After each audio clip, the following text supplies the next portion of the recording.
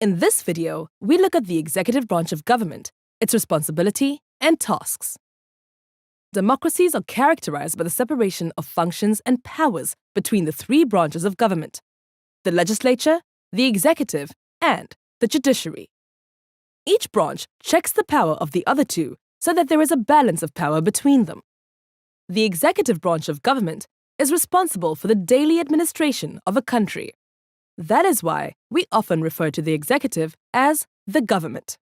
It carries out its own policies, implements the laws passed by the legislature, and ensures the decisions of the judiciary are implemented.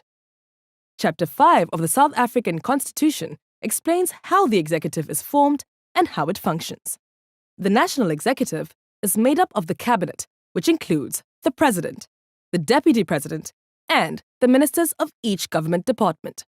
Deputy ministers are not part of the cabinet, but they are also part of the executive. The head of the executive is the president, who is elected by the National Assembly from among its members for a fixed term. He or she appoints a deputy president, who assists the president in the duties as head of government and head of state. The president further appoints his or her ministers and deputy ministers. The president decides what each one's powers and functions are, and may dismiss them at his or her discretion. The president chooses his or her cabinet from the members of the National Assembly, but may select no more than 2 ministers from outside the Assembly. The ministers are the heads of different ministries, also referred to as departments. There are more than 40 departments in the South African government. Examples are water and sanitation, trade and industry, or finance. Ministers share the responsibilities with deputy ministers. The deputy president and ministers remain members of the National Assembly and are also referred to as members of parliament, or MPs. Each minister is accountable to the National Assembly for his or her department's work. Ministers also contribute to discussions on matters of importance in the Assembly and usually guide the adoption of laws in Parliament.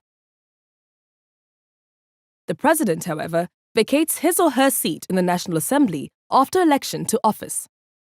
The President further appoints a member of the Cabinet to be the leader of government business in the National Assembly.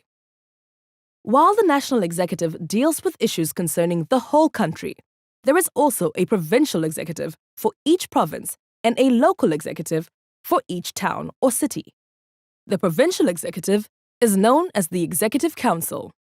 Each Executive Council is headed by the Premier of the province and also includes 10 provincial members of the Executive Council who act as provincial ministers. At local level, each municipality is headed by a mayor elected by the local council. The council is the legislative arm of the municipality. The mayor is assisted by the mayoral committee within the executive. We explain the governance of municipalities in more detail in our Civics Academy video, What are municipalities and how are they structured?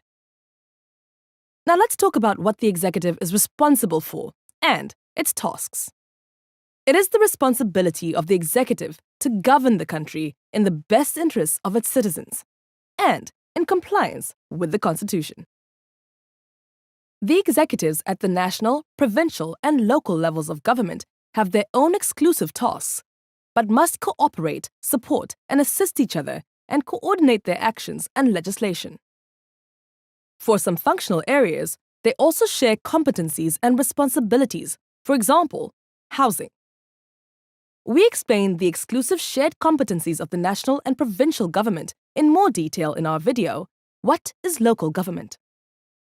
The executive further has the responsibility to ensure that the law is enforced through its respective departments and the South African Police Service.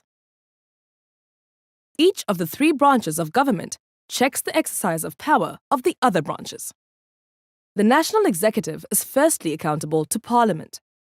Parliament oversees the exercise of power and the work of the executive and checks that departments spend their money wisely. This control function happens mostly through the work of the National Assembly's oversight committees. Ministers regularly appear before these committees to explain their work to MPs and to justify their department's decisions and spending.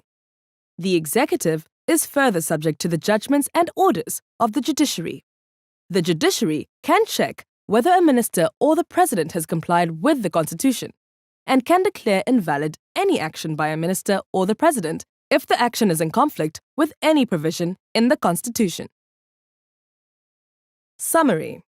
The executive is the branch of democratic government that is constituted by the cabinet, which is the president, deputy president, and the ministers, and also the deputy ministers.